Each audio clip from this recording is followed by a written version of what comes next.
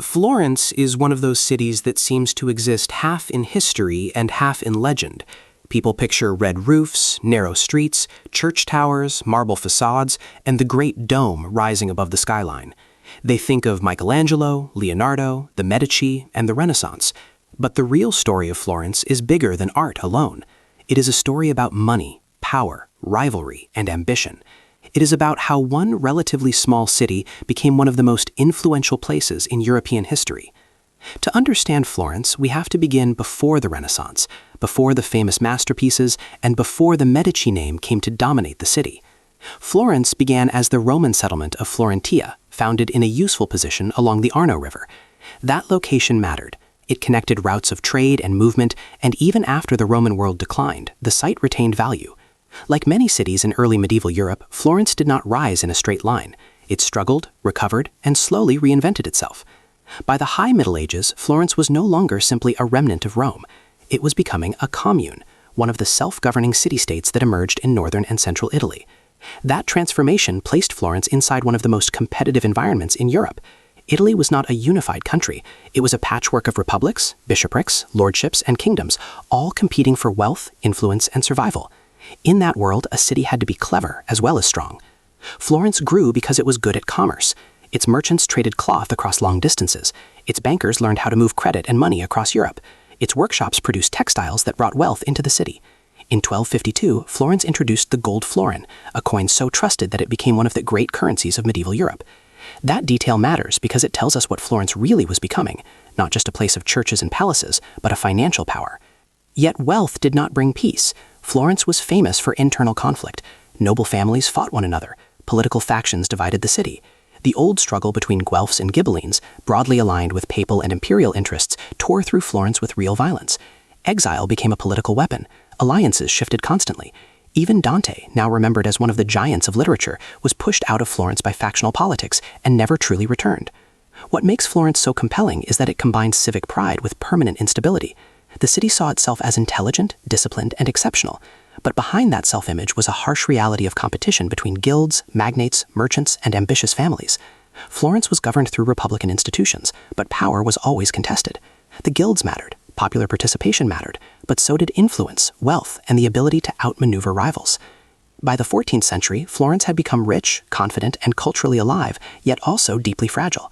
Economic shocks hit banking houses, social tensions rose. Then the Black Death devastated the city, killing a huge share of its population and shaking every structure of ordinary life. Florence had reached a critical point. It was already important, but it had not yet become the Florence people now remember. That transformation would come through crisis, recovery, and a new kind of leadership that changed the city forever. The turning point in the history of Florence came when the city managed not only to survive repeated crises, but to turn its wealth and insecurity into cultural dominance. That transformation did not happen in a peaceful, orderly way. It emerged from unrest.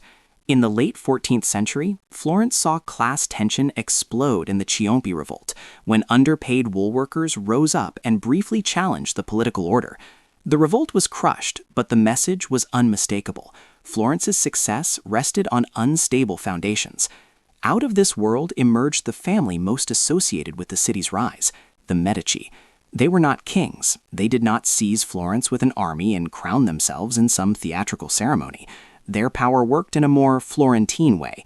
It came through banking, patronage, alliances, influence over office holding, and the careful management of reputation. That made them more effective, and in some ways more dangerous. They ruled without always appearing to rule. Cosimo de' Medici became the central figure in this phase. After political exile and return, he mastered the art of dominating a republic from behind the scenes. He understood that in Florence, raw force alone was not enough. Wealth had to be translated into legitimacy. Patronage became political strategy. Churches, libraries, convents, scholars, and artists all became part of a wider system of influence. Florence did not just become richer under this order, it became more self-consciously magnificent. This is where Florence became the cradle of the Renaissance in the popular imagination.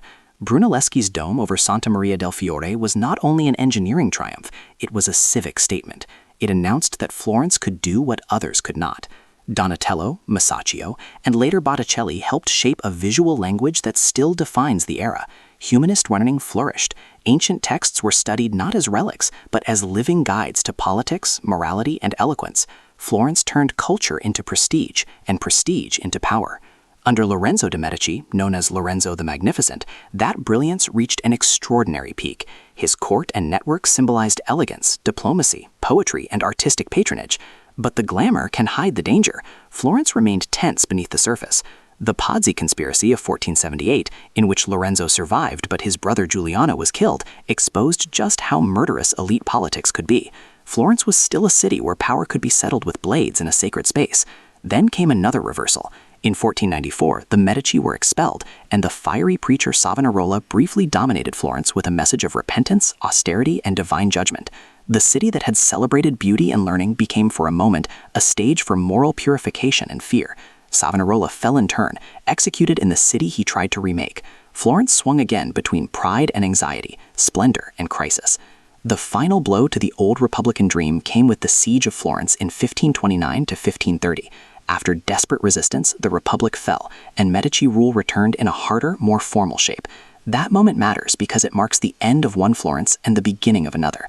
The city that had long balanced Republican identity with oligarchic control now moved decisively toward dynastic rule. Florence had changed history, but it had also lost something central to its own political soul. What happened after that is one reason Florence still matters so much. The city did not disappear into irrelevance once the Great Republican era ended. Under Medici dukes, especially Cosmo I, Florence became the center of a more organized territorial state in Tuscany. Government became more centralized. Magnificent building projects continued. The Uffizi began as offices of state, a reminder that art and administration in Florence were often closely linked. Power was now more stable, but also less openly civic than before. And yet the legacy of Florence was already larger than its later political fortunes. Other powers would rise. Atlantic trade would shift Europe's economic center of gravity away from the old Italian city-states. Florence would no longer dominate finance and politics in quite the same way. But by then, its influence had become cultural, intellectual, and symbolic on a scale few cities have ever matched. That influence came from the way Florence fused money, politics, and imagination. This was a city where banking families sponsored painters, where architecture became a statement of civic identity, where rivalry produced innovation, and where the struggle for status left behind masterpieces. It was also a city of writers and thinkers who shaped how later generations understood power itself. Machiavelli, writing in the shadow of Florentine instability, turned the city's hard political lessons into ideas that still provoke argument now. The myth of Florence often presents it as a golden city of pure beauty, a museum with sunshine on stone. The reality was far harsher. Florence was unequal, it could be brutal. It was filled with suspicion, faction, ambition, and periodic violence. It produced great art, but it also produced exile, conspiracy, execution, and social unrest. That contrast is exactly why it feels so alive. The beauty of Florence was not created in calm isolation, it was forged in pressure. That is also why the city remains such a powerful historical story. Florence raises timeless questions. Can a republic stay free when wealth concentrates in a few hands? Does patronage uplift culture or quietly buy obedience? Can beauty coexist with cruelty? How much of history is driven by institutions and how much by powerful personalities? Florence does not give simple answers.